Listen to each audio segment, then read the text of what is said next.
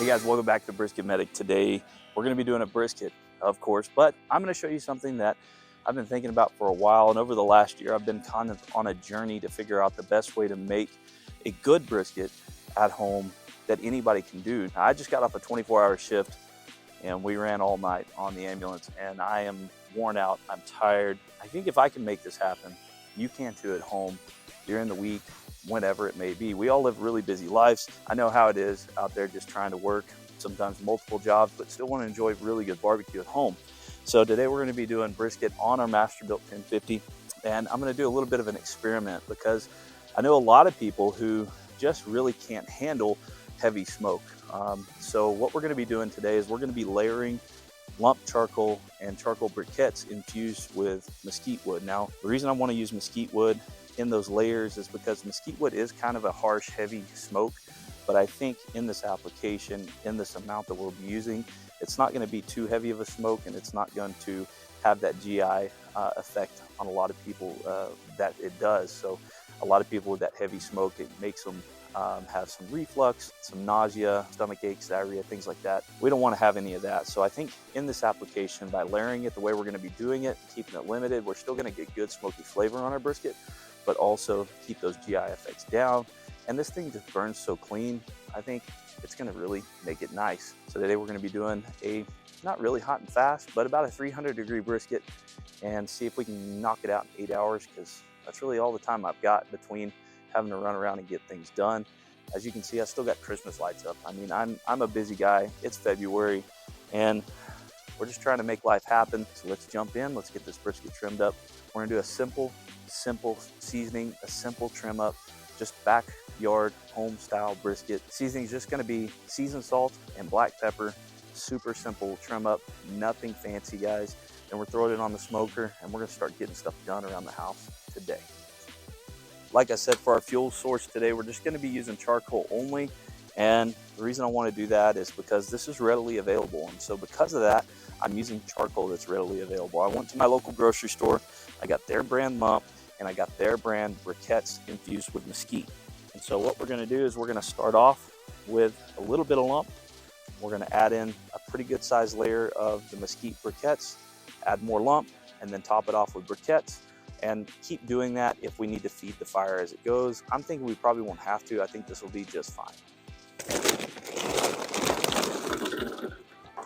don't know if you can see that very well, but you can see there's little strands of mesquite inside these briquettes. That's going to give us some flavor.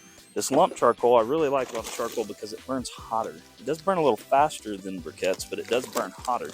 And so it's going to help keep heat and a clean fire. We're full to the top. I've got a tumbleweed fire starter in the bottom. We're gonna get it lit up. We're gonna let this burn for a few minutes, and we're gonna plug it in, turn it on, 300 degrees, get our brisket trimmed and seasoned, slap it on there. Now, if you live in West Texas like I do, there's always a lot of wind. People complain about high winds in areas when it's over 20 miles an hour. We call that a Tuesday. It's Saturday now, so it might be a little calmer, but we're probably going to sustain winds in the teens all day today, and that's pretty normal. But in this smoker, what I like to do is just prop it open and barely attach the clasp so the door's open about 1.5 inches, and that keeps that wind from blowing out my fire starter and running through the charcoal too fast and it not getting away from me. So we're going to let this go.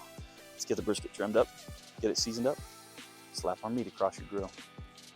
All right, folks, our fire's lit. It's not to 300 degrees yet, but I really like to throw my brisket on there as it's climbing. And you can see we just did a super simple trim up, no competition trim. We just worked on the shape to make sure it's even thickness all the way around. We cut down some of this fat on the top. We took some of the silver skin off the back. Not a ton, guys. We just made sure there wasn't extremely sharp corners. Hit it with some cracked black pepper first, and then Lowry seasoning salt, and that's it. We're gonna stick this on the top rack, fat side up, because I'm gonna put this pan underneath it with a bunch of hot water. Remember, always start with hot water, and we're gonna leave it alone for about 3 hours. We're not gonna touch it. We're gonna do things around here. We're gonna get some things together. We got a birthday party to go to, and we just gotta get some things done. That's why I love the Masterbuilt 1050. I can set it, forget it, just like a pellet smoker, more flavor. We only do top shelf around here. Got some warm water. Let's use that same pan. Don't be wasteful.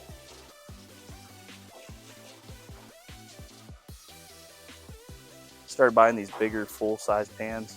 I think it protects the bottom of that brisket better, gives a lot better surface area, and it keeps it a lot cleaner because all the drippings fall directly into it. So that's nice.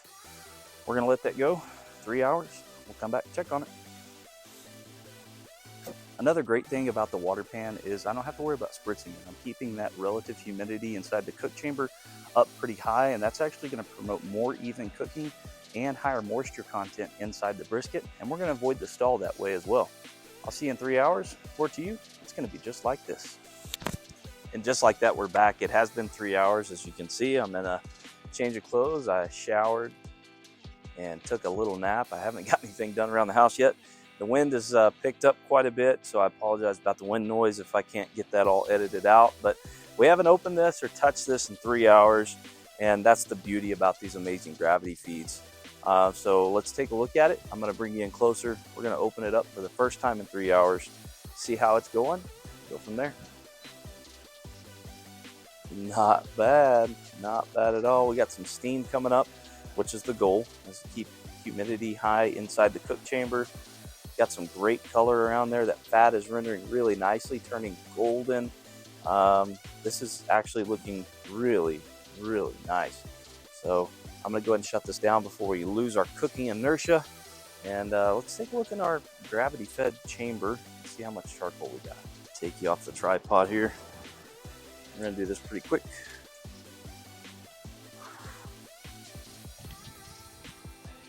I don't know if you can see it, but we're about halfway empty after 3 hours of cooking, so not too bad. I'll probably add some more in there now and get back to cooking. We'll come back and check on it in 2 hours.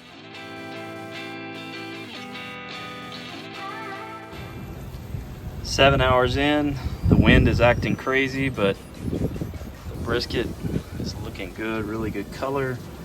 That fat render is really nice all the way through there. Kind of got a weird kind of hump thing going there because it shrunk up this way so much. I'm thinking the point was just a little bigger. The point will shrink this way, the flat will shrink this way, so got a little hump out of it. But it's looking good. I'm gonna let it go for another hour before I see what the temp is. 7 hours in. 8 hours in, folks, and this thing looks absolutely amazing. Check out the color on it. Looks amazing. Look at that, like butter. Like there's no resistance at all. 8 hours at 300. This was a 15 pound before I trimmed it. Probably right around 12 pounds, so right about 45 minutes a pound. Super, super tender. The only reason I cooked it to tenderness is because I don't have time to let it rest. We're actually gonna throw this in a pan, take it to some family's house, and slice it up and enjoy it. I'll see you then.